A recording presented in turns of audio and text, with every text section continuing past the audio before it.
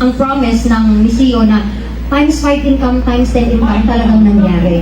At tinatako talaga sa isip ko na kailangan meron kang tulungan tao. Siyempre, mag-e-effort ka para sa grupo mo.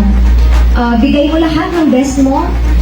Ang gusto mong sundan ka nila, siyempre magsisipag ka. Ipapakita mo talaga. Best effort, yung pakikipagkapwa tao, yung pakikisama, dapat nandun talaga yon.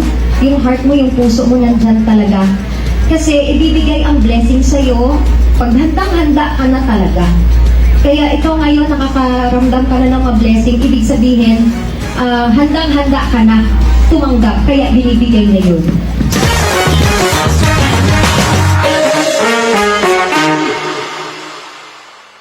Ating lahat na dito, huwag mong tignan yung paano ka nag-umpisa.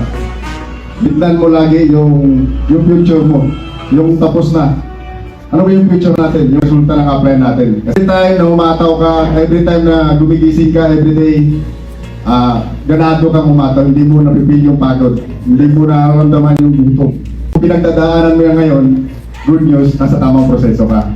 At lagi mong tandaan na lahat ng mga umakyat dito, lahat ng kumuha ng award nila, is lahat yan pinagdadaanan nila. Kapit ka lang, magstay ka lang, tibayan mo lang. Kasi one day, basta't magstay ka lang, huwag ka lang tumigil, makukuha at makukuha mo rin yung pangarap mo.